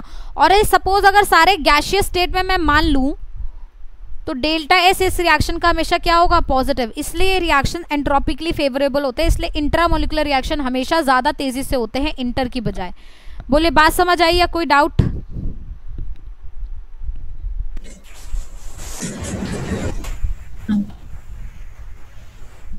समझ आई? मैम। ओके, अक्षत को समझ आ गया?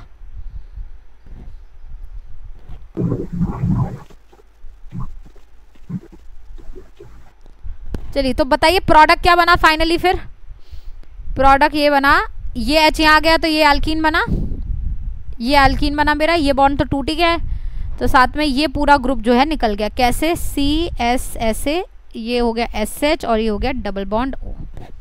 ठीक, पूरा ग्रुप निकल गया। यहाँ मेरा जो है ये वाला alkene as a major product मिल गया। क्लियर होगी बात? Yes ma'am. चलिए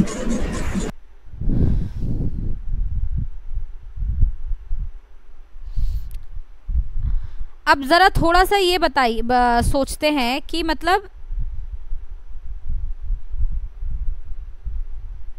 और किस तरीके से मैं इंटरनल एलिमिनेशन जो है करा सकती हूँ।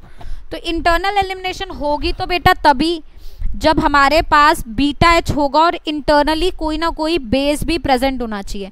तो इंटरनली एक बेस हमारे पास प्रेजेंट था, उस केस में जब हमने एन ऑक्साइड लिया तब हमारे पास इंटरनली एक बेस प्रेजेंट था, और दूसरा चौगेव का केस हो गया जिसके अंदर हमारे पास इंटरनली बेस जो है वो प्रेजेंट था। ठीक, तो अगर आपको ऐसा कोई भी दिखे कि जिसमें इंटरनल बेस प्रेजेंट है, वहाँ पे आप हमेशा जो है वो करा सकते हैं, EI करा सकते हैं। एक चीज़ और मैं यहाँ पे आप लोगों को नोट करवाऊंगी, ये प्लीज़ आप नोट कर लीजिए। ये जो एन ऑक्साइड का आपने एलिमिनेशन किया है, इस रिएक्शन का एक नेम है, दिस इज स्कोप एलिमिनेशन। तो ये नेम रिएक्शंस की कैटेगरी में आते हैं, तो जनरली नेम रिएक्शंस पूछ लिए जाते हैं आपसे, तो याद रखेंगे, नाम भी याद रखेंगे साथ साथ, कोप एलिमिनेशन एंड चौगेव एलिमिनेशन।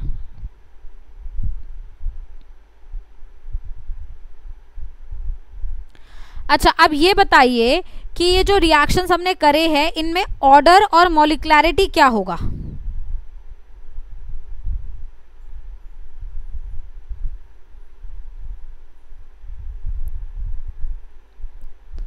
ऑर्डर और molecularity of these reactions would be 1। क्यों? क्योंकि एक ही तो रिएक्टेंट यूज कर रहे हो और तो आप कुछ यूज नहीं कर रहे, आप बेस भी यूज नहीं कर रहे, बेस भी डालने की आपको जरूरत नहीं है क्योंकि बेस भी आपका कहाँ प्रेजेंट है बेटा? इंटरनली ही प्रेजेंट है, राइट? तो they are order and molecularity 1 and they all are single step reaction. ये शायद मैंने लिखवाया नहीं, तो आप लिख दीजिए, these all internal elimination are single step reactions. कोई इंटरमीडिएट नहीं, कुछ नहीं, बस ट्रांजिशन स्टेट और प्रोडक्ट। तो सिंगल स्टेप में जो है सारा काम हो जाता है, राइट? अब तीसरे एलिमिनेशन की तरफ चल रहे हैं जो कि है पायरोलिसिस ऑफ एस्टर, और ये हमारा लास्ट पार्ट है इंटरनल एलिमिनेशन का, पायरोलिसिस ऑफ एस्टर। एस्टर का पायरोलिसिस का मतलब बेटा हीटिंग से ही होता है, हीटिंग ऑफ एस्टर ही यहाँ हो रहा है। अभी जैसे मैंने आपको बताया ज़ैंथेट्स जो थे वो भी समवॉट लाइक एस्टर्स ही थे, तो वहाँ पे भी एग्जैक्टली सेम केस होगा। तो मैं एक एस्टर ले लेती हूँ,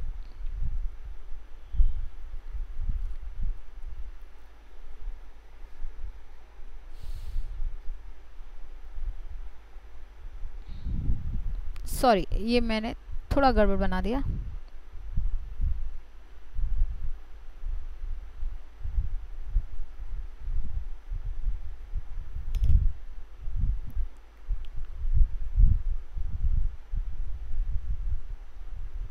ये है मेरा एक एस्टर, ठीक है। अब एस्टर होता तो बेटा यही है। अब इसमें भी आप देख रहे हैं 2 आर ग्रुप हो सकते हैं जैसे यहाँ पर थे, बट आप यहाँ देखिए ज़ैंथेट्स में आपने कौन सा आर ग्रुप लिया था, कौन सा आर का बीटा एच लिया था? आपने उस आर का बीटा एच लिया था जो कि ओ के बगल वाला आर है ना।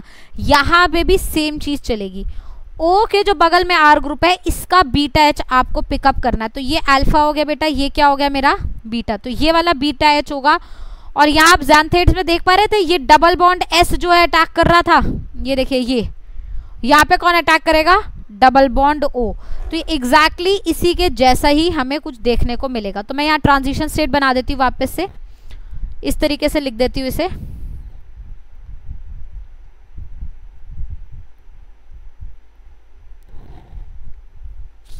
ये अल्फा, ये वाला अल्फा कार्बन, ये वाला बीटा कार्बन, और बीटा पे हमारा एक H है, 2 बेसिकली, और उसके बाद 2 ये वाले ग्रुप प्रेजेंट है इस प्रकार।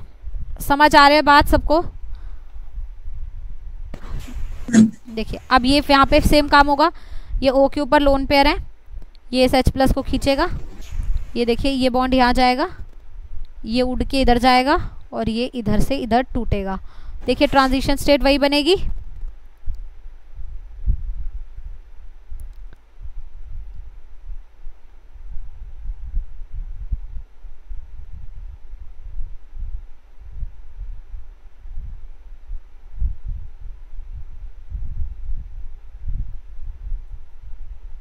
Right, cyclic 6 member transition state हमारी फिर से बन गई।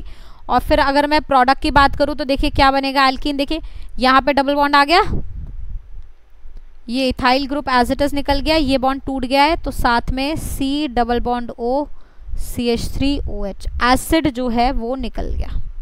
सो this is the alkene which is formed as the major product. सबको समझ आई? तो इस 3 तरीके के इंटरनल एलिमिनेशन हो सकते हैं। तो इंटरनल एलिमिनेशन तो बेटा आपको, हाँ जी ये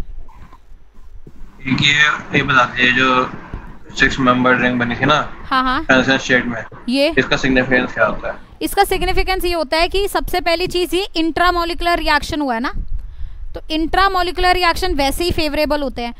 और अगर ट्रांजिशन स्टेट अच्छी बन जाए तो रेट ऑफ रिएक्शन वैसे ही बढ़ जाएगा। तो यहाँ ट्रांजिशन स्टेट अच्छी क्यों बनी है? क्योंकि ट्रांजिशन स्टेट साइक्लिक 6 मेंबर्ड है और 6 मेंबर रिंग जो है काफी स्टेबल होती है ना।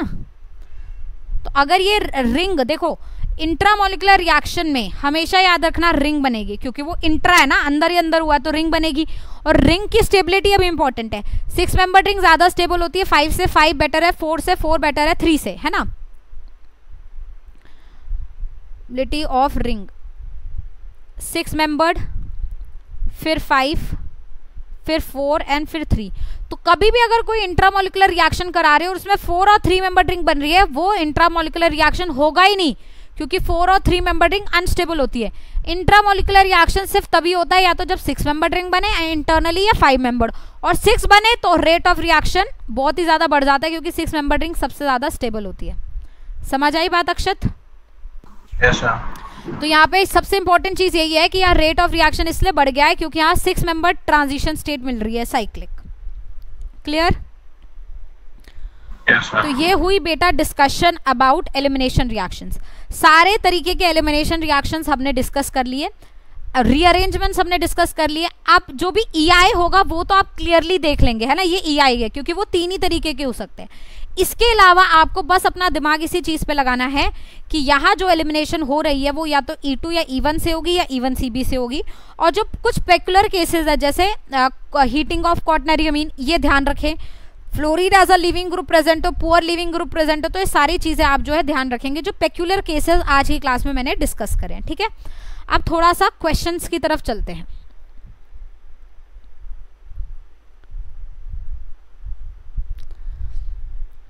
जरा सपोज मैंने आपको लेट्स से दिए विस्नल डाइहेलाइड, लेट्स से मैंने दिया CH3CHBr, इसका आपने हमने इसका एक एलिमिनेशन करा था कि हमने बताया था कि भाई ये जनरली E2 से ही जाता है ना। अगर मैंने यहाँ अल्कोहलिक KOH यूज करा बेटा तो क्या प्रोडक्ट बनेगा A, और अगर मैंने NaI एसीटोन यूज करा तो एक प्रोडक्ट बनेगा B। तो A और B क्या है ये हमें बताना है। ये मेरा है पहला क्वेश्चन। ठीक है, अब दूसरा क्वेश्चन इसी पहले क्वेश्चन के कंटिन्यूएशन में, क्या कि ये जो A बन रहा है इसको मैं अगर रिएक्ट कराऊं इसके साथ तो एक प्रोडक्ट बन रहा है C, और इस C में अगर मैं HBr पेरोक्साइड डालूं तो बनेगा D। ठीक, तो आपको बताना है what is D is D and what is B।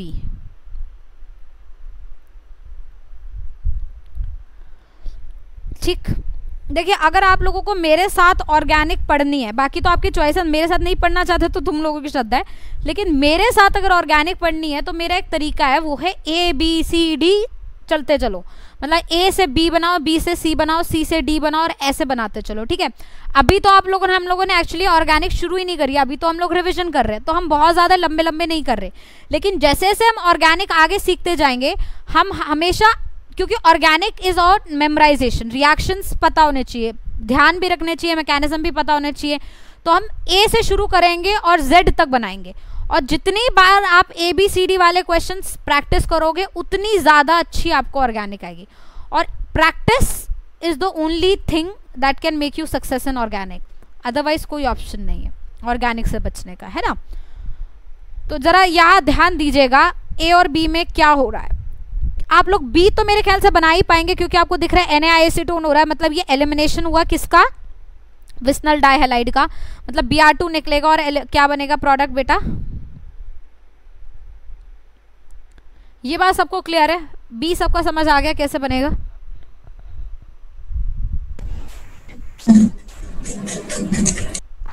ठीक है, अच्छा A कैसे बनेगा जरा उसके ऊपर विचार करते हैं। A में मैं दो चीजें करूंगी, अल्कोहलिक KOH मैंने डाला है खाली, तो अल्कोहलिक KOH अगर मैंने डाला तो A बना। अब जरा सपोज मैं यहाँ पे एक और एक्सटेंट लगा रही हूँ यहाँ पे कि मैंने अल्कोहलिक KOH डाला और फिर सेकेंड में देखिए मैंने डाला NaNH2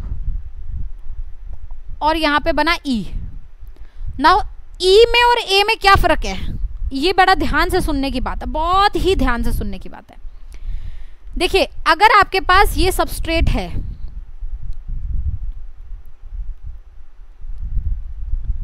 सबसे पहले आप मुझे बताइए बेस क्या करता है। अल्कोहलिक KOH तो एक बेस है ना बेटा, तो बेस क्या करता है, बेस करता है H+ पे अटैक, है ना। और आप देख पा रहे हैं ये H+ है, अगर इस पे अटैक करेगा तो ये Br as a leaving group है जो प्रेजेंट है और निकल सकता है ना। तो लेट्स से एक HBr मैंने यहाँ से एलिमिनेट कराया है इसके साथ,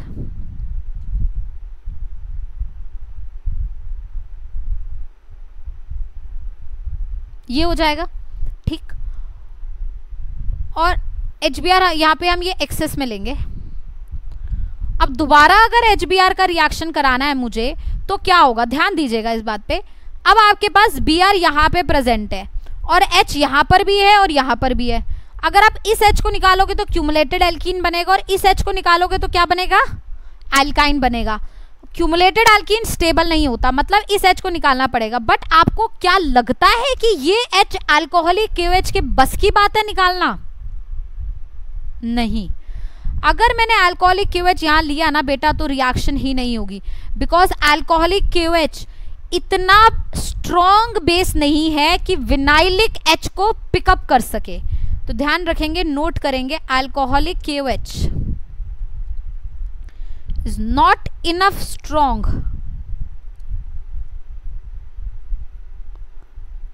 to pick up vinylic H। वो विनाइलिक H को उठा सके इतना उसके बस की बात ही नहीं है। तो जब ये हो नहीं सकता, मतलब अब क्या होगा, मतलब क्या यही प्रोडक्ट मिलेगा?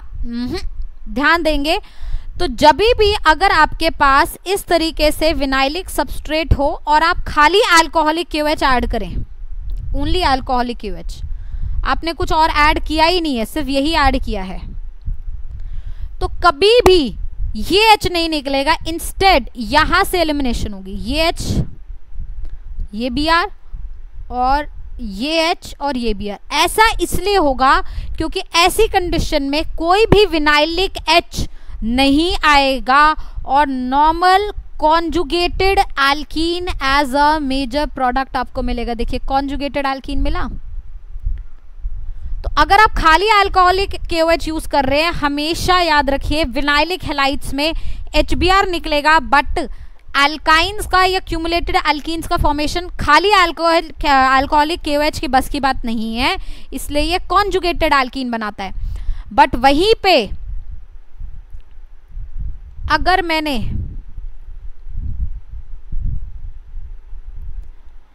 अल्कोहलिक KOH और NaNH2 यूज किया तो NaNH2 काफी स्ट्रॉन्ग बेस है, तो तो ये विनाइलिक एच उठा सकता है, तो इसलिए यहाँ एल्काइन का फॉर्मेशन होता है।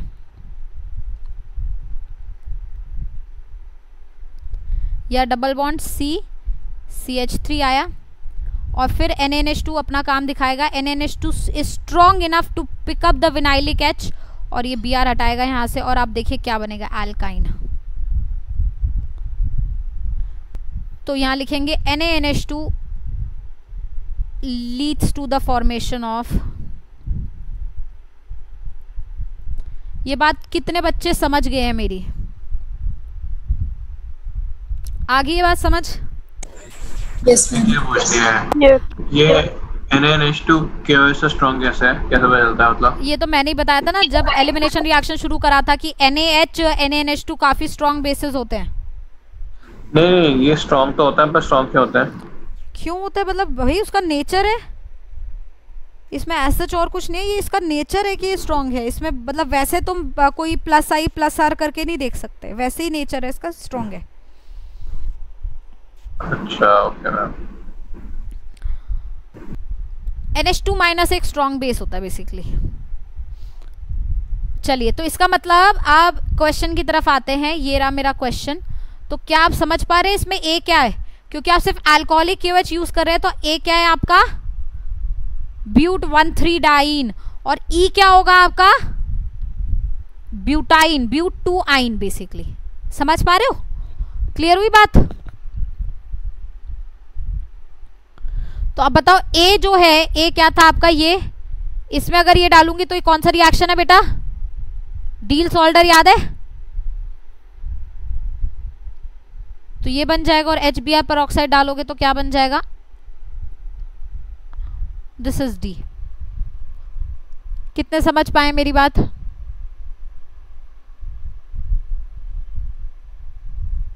समझ पाए? A के बाद एक के बाद हाँ डील सोल्डर रिएक्शन होगी तो साइक्लिक ट्रांजिशन ये बन जाएगा ना प्रोडक्ट। Yes ma'am. तो इसमें HBr पेरोक्साइड डाल दिया, Br लगा दिया। एंटी मार्कोनिकोव रूल फॉलो होता है, बट इसमें मार्कोनिकोव एंटी मार्कोनिकोव एक ही आंसर देगा ना बेटा। अच्छा okay. Got the point? Yes sir. चलिए, अब इसी तरीके से थोड़ा और ABCD वाले क्वेश्चन प्रैक्टिस करते हैं। जैसे नेक्स्ट एक क्वेश्चन मैं लिख रही हूँ यहाँ पे।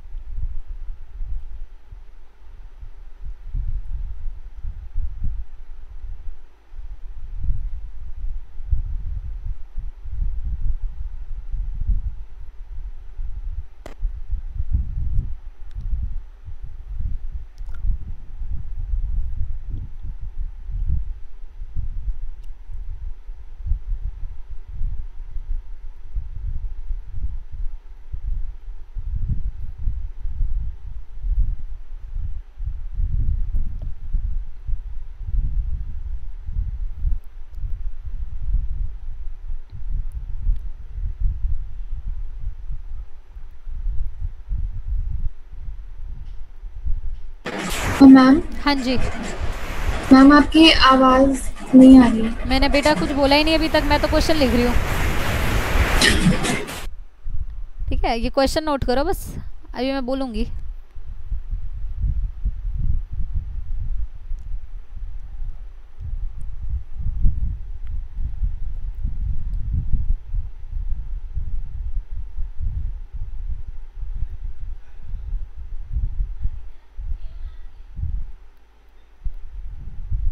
चलिए देखिए, अभी हम सिंपल ए से जी तक ही पहुंचे हैं। आप आगे चलते चलिए मेरे साथ, मैं आपको ए से जेड, फिर जेड के आगे A dash, B dash, double dash करके जेड डैश तक बनाना सिखाऊंगी और उसी को हम लोग सॉल्व करेंगे। और जितना मजा, ट्रस्ट में, जितना मजा इन सब चीज़ों को सॉल्व करके रिएक्शन रिवाइज करने में आता है ना बेटा, उतना ही घटिया लगता है ऑर्गेनिक के क्वेश्चंस, मतलब थ्योरी खोल के पढ़ने में। तो ऑर्गेनिक पढ़ने का एकमात्र साधन है बस इसी तरीके के क्वेश्चंस जो है प्रैक्टिस करिए। जितना ज़्यादा प्रैक्टिस करेंगे उतना ज़्यादा समझ पाएंगे। अब इसमें ये क्वेश्चन जो है बेटा, ये मिक्सचर है सारी चीज़ों का, मतलब जैसे ऑर्गेनिक एक मिक्सचर बनकर आती है ना, वैसे ये क्वेश्चन आपके सामने मिक्सचर बनकर आया है।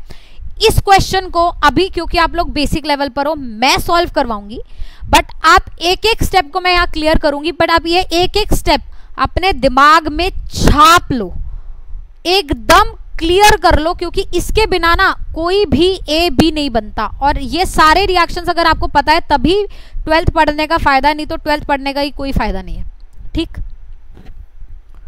चलिए शुरू कर रही हूं मैं। अब कितने बच्चे ऐसे जो ये जानते हैं इस रिएक्शन को, कैल्शियम कार्बाइड का हाइड्रोलिसिस मुझे क्या देता है? How many of you know this reaction? Any idea?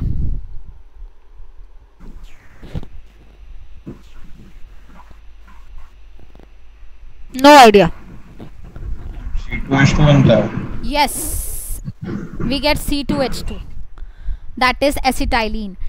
ये रिएक्शन काफ़ी इंपॉर्टेंट है और ये रिएक्शन आपके क्लास 11th में हम लोगों ने प्रिपरेशन ऑफ एल्काइंस में करी थी। ध्यान देते हैं ये होता क्या है, ध्यान देंगे। कैल्शियम कार्बाइड होता है ये बेटा, CaC2। CaC2 है क्या? Ca+2 और C2 के बीच में आयनिक बॉन्ड है। और C2 क्या होता है बेटा? C2 ये होता है। तो कैल्शियम इसके साथ एक आयनिक बॉन्ड जो है बना रहा है। तो जब आप पानी डालोगे तो पानी में H और OH होता है ना, तो पानी का जो H है वो यहाँ चला जाएंगे और जो OH है वो यहाँ आ जाएंगे।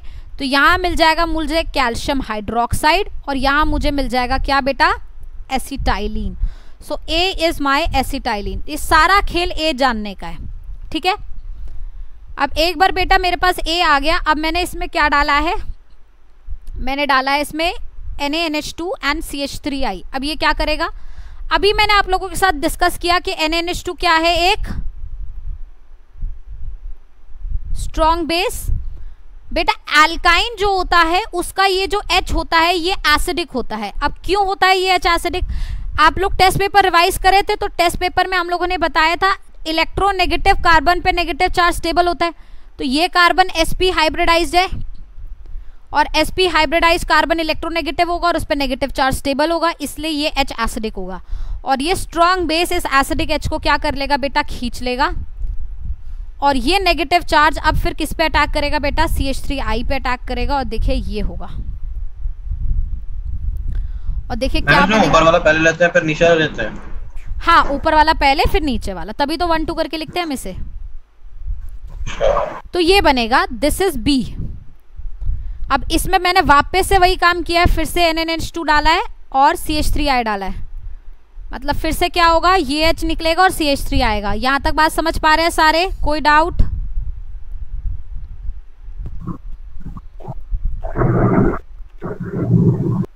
ये बन गया बेटा मेरा C। हाँ मैं कर रही हूँ, एक minute. This is what is my C is.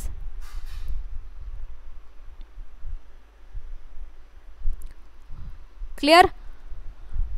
और आप इस क्वेश्चन को देखिए, मैंने लिखा है C और मेड फ्रॉम D, और D में मैंने क्या डाला?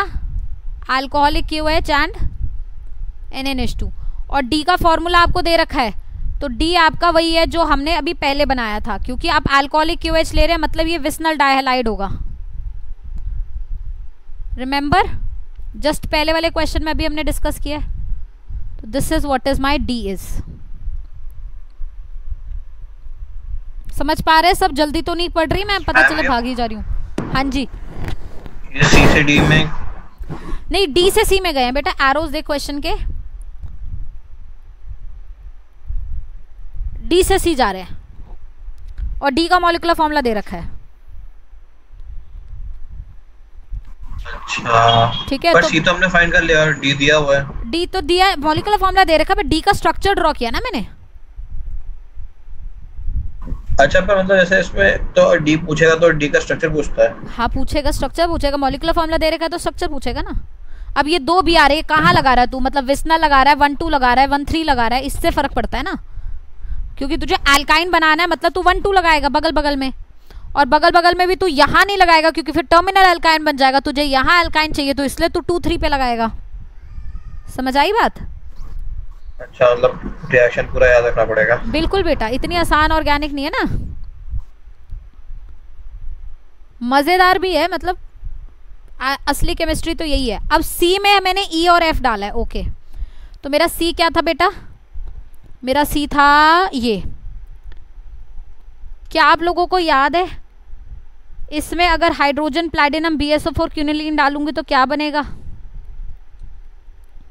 इसको बोला जाता है लिंडलार कैटलिस्ट। ये आप लोगों ने पढ़ा है एल्काइंस की प्रिपरेशन, एल्कीन्स की प्रिपरेशन में, कि अगर मैं हाइड्रोजन PD डालती तो एल्काइंस को डायरेक्टली रिड्यूस कर देता एल्केन में, बट क्योंकि मुझे एल्कीन स्टेज तक रोकना है तो मैं पॉइजन कर देती हूँ कैटलिस्ट को, इसलिए मैं हाइड्रोजन प्लैटिनम BSO4 क्यूनिलीन डालती हूँ। कौन जान पा रहा है, कौन रिकॉल कर पा रहा है, कर पा रहे हो रिकॉल? Yes ma'am. तो यहाँ पे जब हाइड्रोजन प्लैटिनम BSO4 डलता है तो एल्कीन हमेशा क्या बनता है, सिस एल्कीन। ध्यान रखेंगे इस बात पे, सिस एल्कीन फॉर्म होता है। और जब इसमें हम लोग डालते हैं सोडियम इन लिक्विड अमोनिया, इसको बोला जाता है बर्च रिडक्शन। मैं अगली क्लास में बर्च रिडक्शन का मैकेनिज्म बताऊंगी आप लोगों को और डिटेल में बर्च रिडक्शन को डिस्कस करूंगी, लेकिन अभी ध्यान रखेंगे कि बर्च रिडक्शन से हमेशा ट्रांस एल्कीन बनता है।